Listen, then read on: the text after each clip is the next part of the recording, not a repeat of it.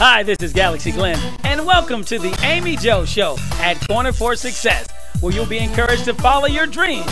You'll have an opportunity to be enriched, enlightened, and above all, entertained. Today's the first day of the rest of your life. Don't be cornered by the tunnel vision blinding your sight.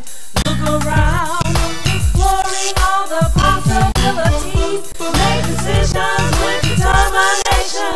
Enlightening speed, now follow your dream. Hi, and welcome to the Amie Joe Show. It's such a pleasure to be here with you today. It's a pleasure because I want to motivate you to follow your dream. I have with me today a very special friend of mine, Mother Love. In the past 25 years, she has become a stand-up comic, an accomplished author. She's a motivational speaker, a TV film actress, and radio television personality. And believe me, she's a beacon of love, laughter, and perseverance. Many of you remember her from the syndicated daytime talk relationship show, Forgive or Forget. And with all of that, I want to welcome you, sweetheart. Hello. Honey, thank you so much for having me. You just look beautiful as always. Thank you. Well, and you do too. So we have a mutual admiration society going here today. Actually, we had a really good makeup artist that hooked me up. That's really what happened. She was like, girl, sit down there telling me, beat that face. Beat that face. She beat that. She beat this face. So I'm fabulous today. Girl, you was fabulous when you came I'm in. even more fabulous now. More fabulous. Yes. Okay. But you know what? Like I said, we've known each other for a while. Yeah.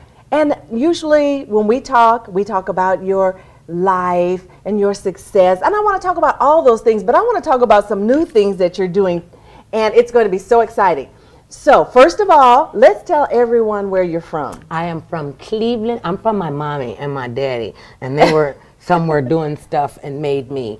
And so, but I'm from Cleveland, Ohio. I came from the projects. I'm just an ordinary person leading an extraordinary life. Okay, that's amazing. Well, you know what? The last time I saw you, we were in Cleveland. See? I know. Yeah, I was right back at your hometown. We were at George Frazier's Power Networking Conference. And I remember them saying, oh, Mother Love's going to be here for the meet and greet. So I went over and they said, oh, at 4 o'clock she's going to be there. And so I went over, I looked at my watch, I was like, it's 4 o'clock, but where's Mother Love? And I looked around and I said to one of the guys, I said, can you tell me where Mother Love is? Is she going to show up? And they said, well, she's already here. I'm like, where is she? And I looked around, he said, right there. And I was like, oh my God. It's a whole new you, girl. Now you got to tell us this transformation, what happened, what took place. Okay, I'm going to tell you what had happened. For those of you who might not be able to see, I'm just going to give you this part of it. That's 102 pounds less. Well, here's a really good shot. Woo, okay. Pre-Mother Love. Pre-Mother Love, new Mother Love. I will share with you, and it's not a pretty story, but I will share with you because I love you, and I think it's important that we talk about this. I have diabetes, and half the people in my family have diabetes. I did not want to, you know, lose my life, my eyesight, a kidney. Yes. I just didn't want to lose a body part. Watching my family just not get, battle this disease, but literally lose their life, lose their battle. I was like, okay, and I come from Cleveland. We, what's today, Tuesday? Beef stroganoff, homemade with sour cream. We'll make the pasta. Spaghetti? Spaghetti in our house just wasn't spaghetti. It's like 3-meat spaghetti with shrimp. So, no, we throw down. And as a result of that, we had such a rich diet, such an unhealthy diet. We were not eating properly. All of us developed diabetes. Then we start dying. And I said, I'm just not going to do it. I'm going to fight. I'm going to fight. I'm going to fight. And then when my sister passed away last year, I said, that's it. Because, people in our community, people will say, people with diabetes, they don't treat it with the severity of, oh, girl, it's just a little sugar. What's the matter? Bring Big Mama a piece of sweet potato pie. Excuse me, we talking about blowing out a kidney here, boo. Ooh. What are you talking about? Oh, no, go just bring me some soda. I don't like the taste of diet soda. They got a backwash in it. Okay, but do you not like the taste of diet soda so to the point you'd rather have the taste than have a kidney that you can... Yeah. So, of course, living in California, I became like the outcast. oh, here she come with another sprig recipe. She gonna do something with a sprout. And they simply didn't want to listen. They smoke, they drink, they eat inappropriately. And sometimes, somewhere, you have to say, I will take responsibility and I will take control of this. And I took responsibility and I took control of it. Needless to say, I'm off of all my diabetic medications except for preventive things because I've had diabetes for 14 years. Well, you definitely are a survivor, and girl, I'm telling you, I'm shocked. I'm extremely happy for you because you are aggressively approaching your lifestyle and handling your business. And this is difficult because I make my living with plus size women. This is what we do. I mean, is that a problem? So now do the other plus size women, it's like, who's Mother Love thinks she is? I've gotten a lot of that, and they kept saying, "Well, why you want to do the calendar? Why you want to do the beauty pageant? Why you want to do the fashion show? Why you want to?" So, are you still active with your pageant? And yes, and we're shooting a calendar this weekend. We're shooting a calendar. Pictures are getting shot this weekend for our second annual Regal Empress Showcase, Calendar Divas. We want beautiful plus size women. I was never, and see, that was another thing. We in our community, plus size women are fully accepted. Yes. I did not grow up with that stigma, oh, well, you big. First of all, I didn't grow up big. I didn't become a plus-size woman until I had my son and gained 96 pounds. And my husband said, woo, you're behind kind of wide there, baby. I said, well, you done blowed this behind up. He said, that's all right, I'm going to be right there. And he kept doing, I'm going to be right there with your heavy duty booty. I'm like, okay. And he has loved me big or small. It hasn't, it's a little rough now because I take air. Like, okay, honey, you got to calm down. Whoa, slow that. Whoa, remember, I don't have the weight I had. You just can't be flipping me and twirling me like that. I'm like a child. And he's like, ooh, this is like cheating on my wife. And I ain't cheating on my wife. Mother Love, you are so interesting. And, of course, you're entertaining. That's what you do for a living. But I want to talk to you about something that's a little more serious. And it's another aspect of your career. Your book, Forgive and Forget. What gave you the inspiration to write that book? Actually, the show. Okay. We were doing a nationally syndicated show, Forgive or Forget. And for those of you who remember, and I know you remember because every time I see you on the street, you cuss me out. When your show at, Mother Love? When you come back? Wasn't my call. Wasn't your call. Wasn't my call. So it derived exactly from the show. And so people kept saying, I want to come and be on the show. I want to come and be on the show. I want to know what happens behind the scenes. I want to know how you get to this place. So, of course, they came to me and they said, would you consider writing a book on forgiveness? And I'm like, they have a book on forgiveness. It's called the Bible. If you get that one, it got everything in you. Got everything right there. I said, I can write one. I'll take the chips, but there is a book on forgiveness. Give it to you word for word. And so we incorporated that in things that happened in my life. And all of us get to a place where if you're human, you're going to make mistakes. And you're going to need forgiveness. And you need to ask for forgiveness. And that's where the book came from. But Mother Love, I've heard people say, I'll forgive you, but I'll never forget it. So what do you think about people that have that attitude? Well, seeing as how I'm one of those people. Come on. Now, wait a minute. You wrote a book on forgiveness. Now, how can you be one of those people? What it says is forgive or forget. Okay. You either forgive it or you forget about it. And I don't think you should, especially a life lesson, when somebody's wronged you horrifically, forgive them for that so you're not carrying that baggage. I don't think you should forget it because then you're not prepared. Then you're not prepared. How can you really forget it? I mean, once something's happened, it's in your head, it's there. You don't forget. Okay, so what do you mean? Forgive or forget. Either you forgive them and you move on. Okay. Or you forget about it. You just like drop the whole thing. Drop the whole issue. Okay. If you're not willing to sit down with somebody and say, Amie Jo, you really did me wrong. You really hurt my feelings, and I really want an apology from you. But also by that same token, if I'm coming to you and asking you for an apology, I better be ready that you're going to say, I'm not apologizing to you, and be able to move on from that. That's where people make their mistake, where they get bogged down. And then they'll say, I forgive you, but they won't live like they forgive you. So what do you mean they don't live like they forgive you? Saying you forgive somebody and living like you've forgiven somebody is two different things. People will say, oh, I forgive you, but oh, you let you do something else to them. And remember when you did so and so and such and such to me, you swear, you're like, wait, hold back up, wait, slow you roll. Didn't you say we were past that? Okay. So when you're past it, be past it. Don't say you're past it and then you just want to keep dragging it up. And you know how women are. We can remember stuff from 1971. We can tell him what he had on, who he was talking to, what kind of cologne he had on. And you know, and when men glaze over, especially in male and female relationships, you know, men will glaze over and go, I have no idea what you're talking about. And we're there to refresh their memories. That's our purpose, That's our right? job. And you know, they should, don't hate because we on our job. You know, but when you forgive somebody and you mean that, forgive them and move past it. For me, I believe it's okay to say to someone, you've done this to me or I've done this to you and this is the end of our relationship. Now let's move on. I'm not going to keep calling you up being a stalker chick. I don't want you driving by my house saying who over here with me.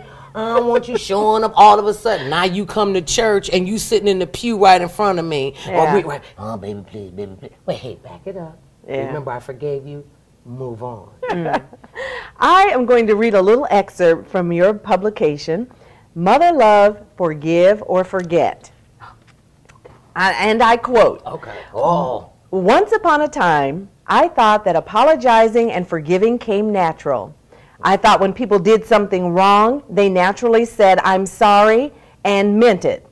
I thought that the person wronged naturally said they accepted the apology and meant it. Then I grew up. And I found out how short we fall.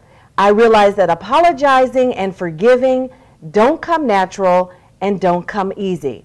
Now, I'm reading that because I believe in that. And just like you, I was naive. And I thought when people said, I'm sorry, they really didn't mean it. They don't mean that. They have agendas. So now how am I going to forgive or forget if they don't mean it in the first place? That's where the discernment comes in. That's where the growing up comes in and the maturity comes in. I don't ever want to lose my spirit of hope. Don't you ever lose your spirit of hope. I will get up every single day that God allows me to be up, to have that belief, because that gives me, and that I think gives us all hope. And nobody ever said it was easy. Look, if it were easy, I mean, when you think about in all of the faith-based organizations and every one of their deities, somebody was treated like a piece of pond scum. I mean, you think about it. That's true. They were treated like garbage. And then, you know, when things turned around, but they never gave up hope. They never said this is impossible. Now they don't say it's easy. You will never in my book or any other book say, well, this is gonna be a piece of cake. It's gonna be easy. You know, it's gonna be that's just not gonna happen. It's a work in progress. So do you think that a person being able to forgive or not to forgive can stifle their success in life? Oh, absolutely. Their success, their health, their relationships. Like I said before, and I know you know people who will have lived and continue to live on pure vengeance. Their sole mission for success, I will show you. You will never get over on me again. I'm never going to forgive you. I'm never going to believe anything you ever tell me. I can't live my life like that. When I tell you, it takes a lot of energy, right? Yeah, it takes way too much energy, and I don't know how much time I got, and I certainly don't want to waste it on holding a grudge against another human being when I could say, I am so sorry.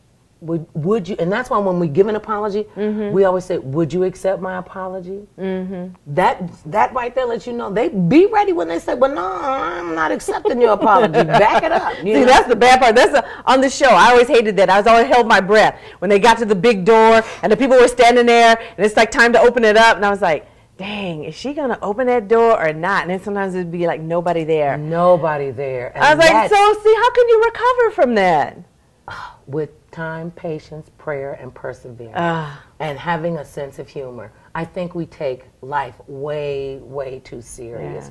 We waste a lot of time. We cannot take it and put it in a cup or put it in our pocket or bottle it. You know, when you have a moment, that's it. that moment is going to be over. So Yeah. you think I'm going to sit here and waste that moment with sitting talking, Amie Jones? No, I'm going to sit here and I want us to be as happy as we possibly can. When we get to a place and in our moments and we're no longer happy in our moments, then it's time for our relationship to go to another level, whether be that Now that's level. a nice word, go to another level, because that gives you an opportunity to say, okay, it's just not what it was, and so we're going to step back a little bit. So that's good. And that level could be higher, it could be lower, it could end. Yeah. You know, and be prepared for that. I have lost a lot of friendships because I've gone to another level. You know, I just don't take a lot of who you are. I mean, I will take a lot, I'll take a lot, I'll take a lot, I'll take a lot. You know, we women, we will nurture the world, wait till we hacking up a lung before we go to the doctor and see about ourselves. Right. So we'll take a lot of stuff. But then when we get to the place that's it, then that's it. Then something's wrong with you because now you've reached your limit. Right. That's when it's time to forget about it and move on. So you've been a success in a lot of arenas with your health, with your career, with your life as a whole, with people that you know. So people look at you and they say, she's a success. But how do you define success? What is it really to you? Success is being happy, whatever makes you happy. Certain things, this was not Legal things that make you happy. Don't be going out there going talking about, oh, I'm gonna pop a cap on somebody or doing some crazy stuff. Success for me, and this is success to other people. They see it as being very successful. I look at myself like I am a worker. I am here to be of service. I'm not working to be successful. I'm working to be of service. However I can be of service, that's going to make me successful. When I know that I have been of good service to someone, to something, that's success to me. And that is what I'm here to do. I am here to serve. I am not here to be waited on. I am not, even though, you know, I'm not to say that I don't like it, but I'm not here to be waited on. I am here to serve. And however I can be of service, then that's successful to me. So was there an obstacle in your career that you overcame? And just maybe you can expound on one. Just one. Okay, I'm going to give you one, and I'll give you one. When I was doing stand-up comedy, I come from a family of natural comedians. I'm the one that happened to go out there and start making money at it. I'm not the funniest one in my family. I can't imagine that. I never would have thought I would have had the obstacles thrown in my way in the entertainment industry. That's how come I know I'm on a mission, because God just keeps helping me get over these and getting me over these obstacles. When they would say to me, oh, you just a girl, why don't you go home? This is a man's business. You have no business getting up on stage talking like that and being funny. I think it's rude that women are funny. And I'm like... No, wait a minute. A man actually said that to you. Several men have said that to me, and very prominent men who are very, very successful in the entertainment industry. Wow. And I would say that they would never let me headline or feature a show. The way it goes is the comedians, it's usually 3 comedians, one opens, one features, and one headlines. The opener gets like 10, 15 minutes, the feature gets like 30 minutes, the headliner gets like 45 minutes or an hour. Well, I could do an hour. I could do 96 minutes of nonstop stand-up, been there, done that. And they could not stand it. And they would always throw obstacles up and say to me, you're a woman, you should go home. You know, this is not your place. And I'm like, my place? I don't even know who you talking to. You better back up off of me. Let me tell you, last time I looked, I was grown, good and I can come and go like I want to. Oh, girl, you so much. Okay, now, I want to know about your career. You've done so much. You've done all these things like a radio talk show host, a TV host. You were a movie star. I saw you in Volcano. I do remember that. But you've got a new movie out, so tell me a little bit about it. Well, there are 2 of them that are coming out. Okay. Whenever they come out, one is called, well, tentatively it's called Fair Game. It's a romantic comedy with Gina Torres, who's married to Lawrence Fishburne, Kalita Smith, who plays the wife on the Bernie Mac show. Who else is in it? Michael Jace from The Shield, myself, Michael Whaley you know him from CSI and other television shows. It's a romantic comedy about this couple that used to date, and now they don't date anymore, and they live. So do we have a clip of this? No, we didn't get a clip. I've been trying to get a clip. He won't even give me a clip. And I call that one my last fat film. Oh, your last fat film. That was the pre-Mother Love. So when is that going to air? When will it premiere, I should say? Oh, no, see, that is not my department, but it should be coming out sometime pretty soon. Okay. And then I'm working on my 3rd book about it's called, the tentative title is Making the Shift, going from having diabetes and being unhealthy to this. All the way to this. Mother Love, you are so incredible, and you're extremely inspirational. Just 'cause I love you, honey. And I love you too. And I met you several years ago, and we've just been keeping in contact all the way through these years. So thank you so much for coming here and being a part of my show. It's been a real treat for me, and I know also for my viewers. Well, thank you very much for having me, girlfriend. I wish you so much. No, I don't have to wish you that, because you are successful. And may the heavens open up and embrace your success. You are beautiful. Thank you so much.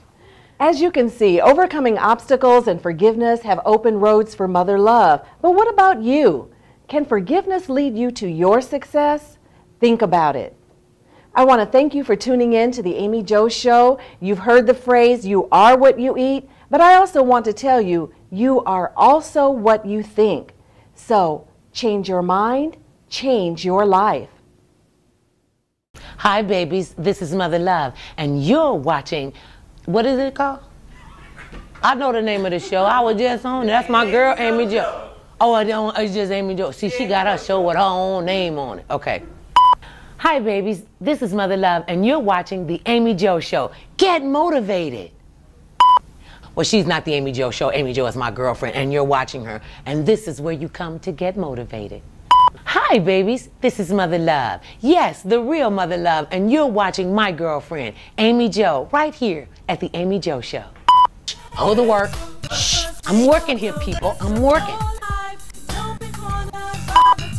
Okay, wait, they're over there talking. I'm sorry. My bad. You know, try to work with your people. Okay. Hi, babies. I'm Mother Love, and you're watching the Amie Jo Show inside of Black Insight Magazine, the magazine online for you, for me, for us.